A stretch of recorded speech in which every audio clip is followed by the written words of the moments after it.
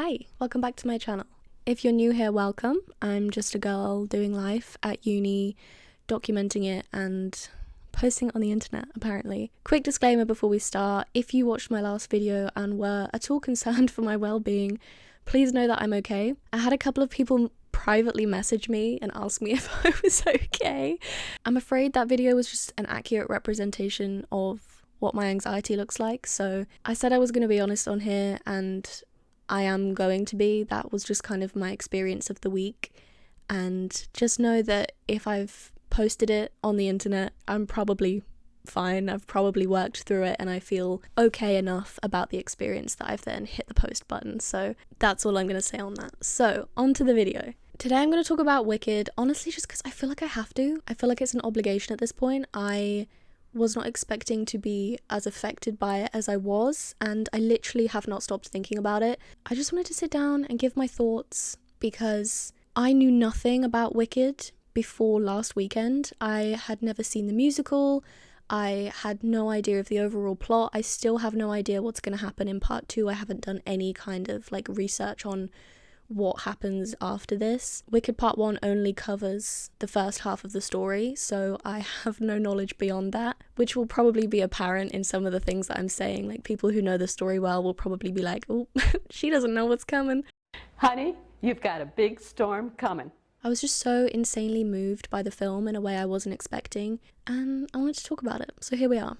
I went into this film almost completely blind. The only context I had for it was the press tour. Now, I think we can all agree that not only does it feel like this press tour has been going on for years, was there ever a time before they were promoting this movie? I'm unsure. But also, it's just kind of felt like one long acid trip. Depending on the day, I kind of swing between this feeling of like, this is their dream, this is everything they've ever wanted, it's never gonna get better for them than this role, like this is their dream role. Give the girls some grace, give them some space to be emotional, let them be emotional, let them have their moment, okay? This means a lot to them. And then over here, I'm kind of like, it's kind of giving, we've been on this press tour for 3 weeks straight and we're severely sleep deprived. And that would explain some of the clips we've seen. I do think there's something to be said for people on the internet looking for things to criticize and looking for reasons to make fun of or just generally bash people. And I feel like when the first few interviews came out, that was kind of the vibe on the internet. They were so emotional about the movie, and I truly was of the opinion that it didn't really need to be commented on by people. We don't really need to be making judgments about things that don't really affect us. Let them have their moment, let them be emotional. This is a lot for them. But there is that one clip that's kind of gone viral of that interviewer going like, did you know that people are holding space for the Defying Gravity lyrics?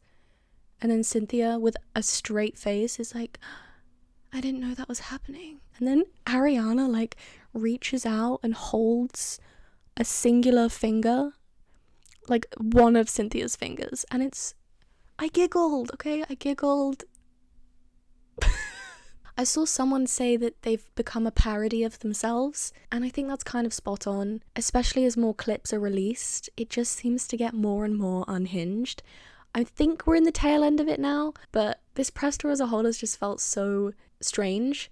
And I went into this film with only the press tour as context, and I truly went into it thinking there's no way this holds as much emotional weight as they're clearly feeling. Like, yes, this is a big deal for them, they're theatre kids, this is their dream role, I get it, but there's no way this is touching me. There's no way. I love musicals definitely move me, but I'm gonna go in, I'm gonna enjoy the set design, I'm gonna enjoy the costumes, I'm gonna enjoy the singing, I'm gonna enjoy the fact that Ariana Grande has an acting role, hasn't happened in a while, could be fun, we'll see what happens. There's no way this is gonna have any kind of an impact on me. Joke's on me because I cried twice. I'm not gonna go through the plot of the movie in too much detail, I'm just gonna give you the relevant plot points based on what I'm talking about. So I'm going to take you through the moments that moved me, the moments that stood out to me, the moments that made me think, and then around that, I'll give you the general plot so that you understand what I'm talking about. Obviously, if you've seen the movie, you'll know anyway, but hopefully you'll understand what I'm talking about even if you haven't seen the movie. There will be spoilers, but it's not going to be like a comprehensive breakdown of the plot. So if you want that, I'm sure there are videos out there doing that. These are just the thoughts I had after watching. First and foremost, someone needs to give the set and costume designers their flowers. I remember when the trailer first came out, people were saying that it didn't look visually appealing or it didn't look how they were expecting it to look, and watching it in the cinema was kind of a crazy experience because it's beautiful. The production quality was genuinely off the charts, so hats off to everyone who made that possible. The film opens with Glinda announcing that the Wicked Witch of the West is dead. Now, what an opening. Not what I was expecting at all.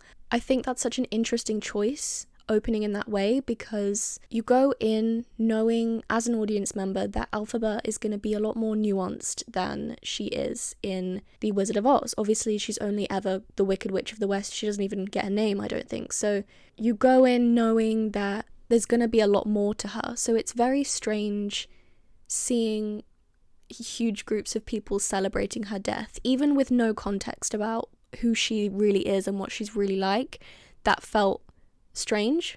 It's almost silent world building that they're doing from the get-go. They're setting up this idea of a mob mentality immediately, knowing that the audience is aware that there's more to the story, but they don't know what it is yet. I just think it's a really clever way of starting. Then, of course, we go back in time and we see Elphaba and Glinda at school together. One thing I want to say is one of my favourite parts of this film is how funny it was. I was not expecting to be laughing out loud at certain lines. You're almost consistently laughing through the first half of the film, and I wasn't expecting that at all. Ariana, specifically, her physical comedy was so good, and a lot of her line delivery, she made some great choices, and I just really appreciated that, and I feel like it needed to be said. Especially because when she was first on screen as Glinda, there was a part of me that was like, are we just about to see her play Ariana Grande for the next 2 hours? Like, is that what's about to happen? And that thought vanished almost immediately. She did such a good job.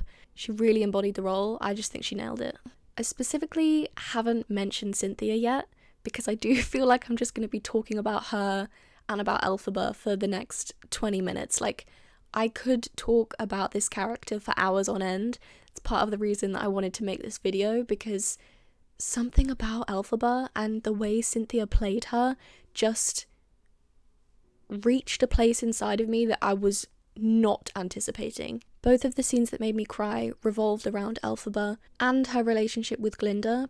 I feel like they did a great job of showing Elphaba and Glinda's relationship and still doing Elphaba's development justice. The first scene that made me cry was the dance scene. Essentially, Elphaba and Glinda are not getting on at this point in the film, and Glinda is in her room with two of her friends, and they notice this like black pointy hat that she has, and they're like, ew, why do you have this? It's gross.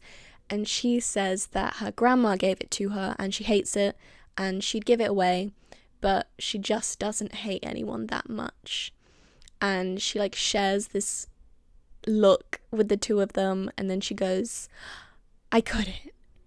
And then she does. She gives it to Elphaba. She kind of does it under the guise of being kind and like, babe, you should wear this to the party. She's pretending to be nice. She invites her to this party that they're all going to, and she says that it really goes with everything that Elphaba wears and that she should wear it. So Elphaba does. She shows up to the party wearing the black hat, and everyone is laughing at her. And I mean, like, openly laughing at her. I found it quite painful to watch. There's a moment where Elphaba meets Glinda's eyes across the room, and there's something about it. She realizes that she wasn't being sincere and that this was essentially meant to humiliate her. And first of all, Cynthia's eyes. I can't quite tell you how much she manages to communicate with just her eyes. It's really phenomenal. And second of all, the silent communication that happens between Ariana and Cynthia within their roles is incredible. That moment where their eyes meet and you can see Elphaba has realized what this situation really is, and then Glinda has this moment of reflection almost. So Elphaba's standing in the middle of the dance floor, not an ally in sight, and she starts doing this almost interpretive dance, I would call it, with no music, mind you. It's quite difficult to watch. I think the lack of music really forces you to sit with it. She just completely commits. She's dancing, she starts crying.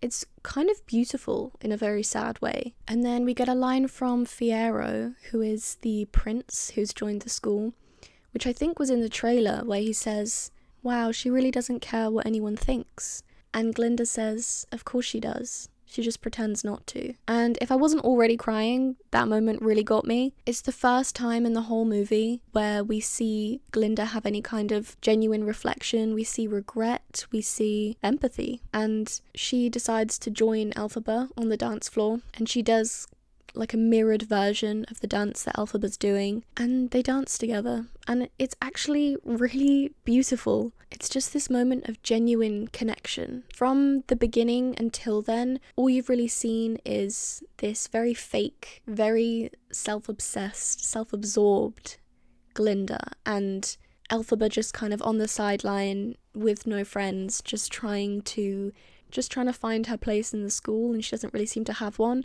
And in this moment where they kind of meet each other halfway, it's just a really big moment, and it really moved me.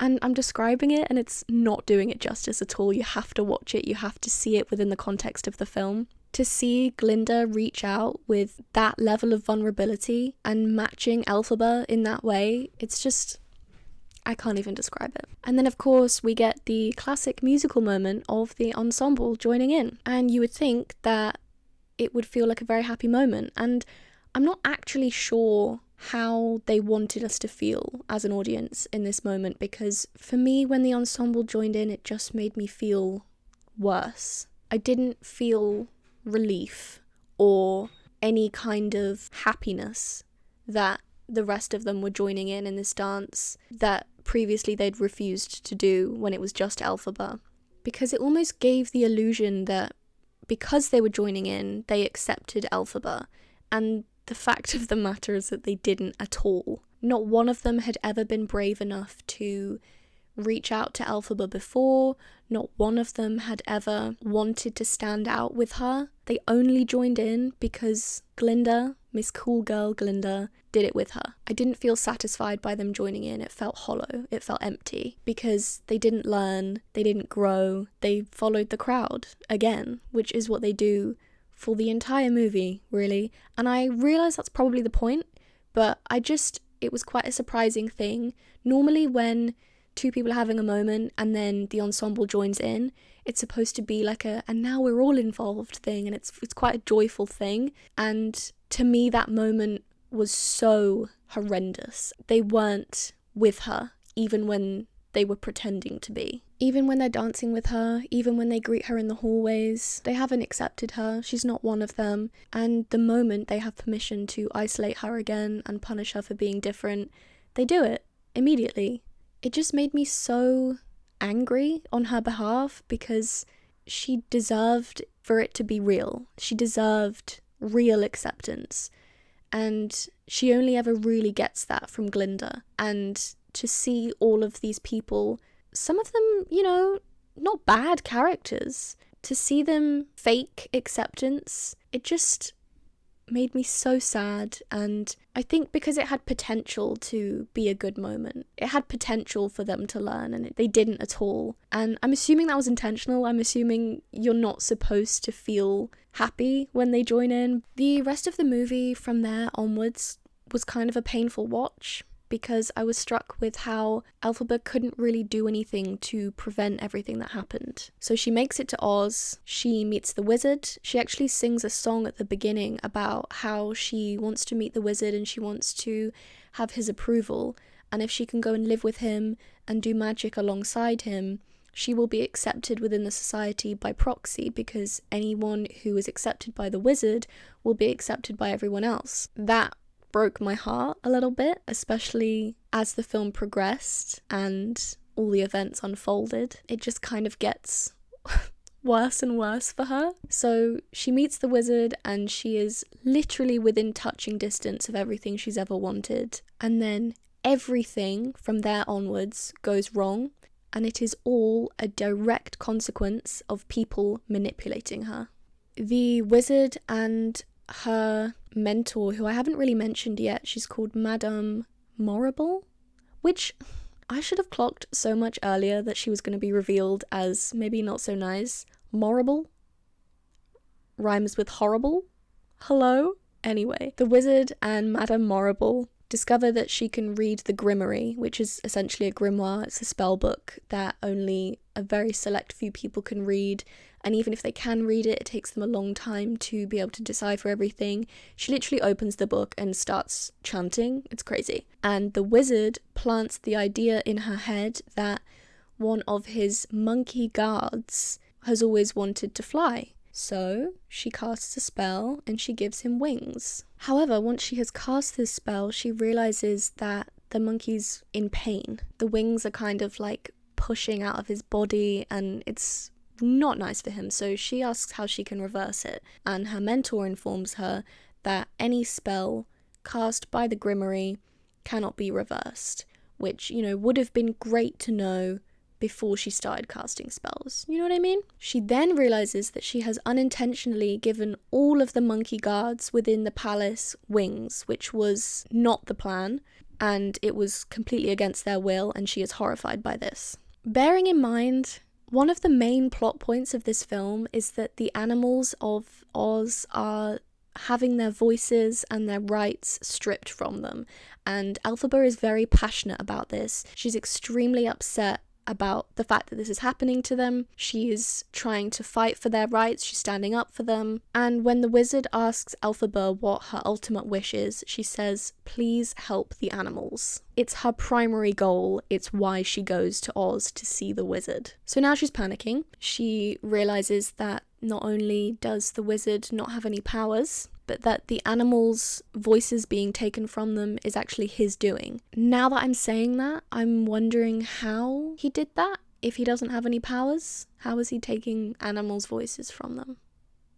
If you have knowledge on wicked lore, do let me know. Following this realization, we get the line, the only way to unite people is to give them a common enemy, which stirred rage that just sort of lives deep within my soul. Anyway, her entire belief system gets stripped from her. The woman who has been teaching her magic and nurturing her is revealed to be in on the wizard's plan and a huge part of the corruption present within this world. And above all of that, Glinda witnesses all of this with her and then proceeds to say, Elphaba, you should listen to them. Glinda, babe, not right now, okay? Long story short, after hearing the wizard's plan to use these monkeys as spies in the sky, she refuses to help them, turns and runs. Now, this next bit made me so angry, I nearly started crying again. You know that feeling when you're so unbelievably pissed off that your body doesn't even know what to do with itself, so you just start crying?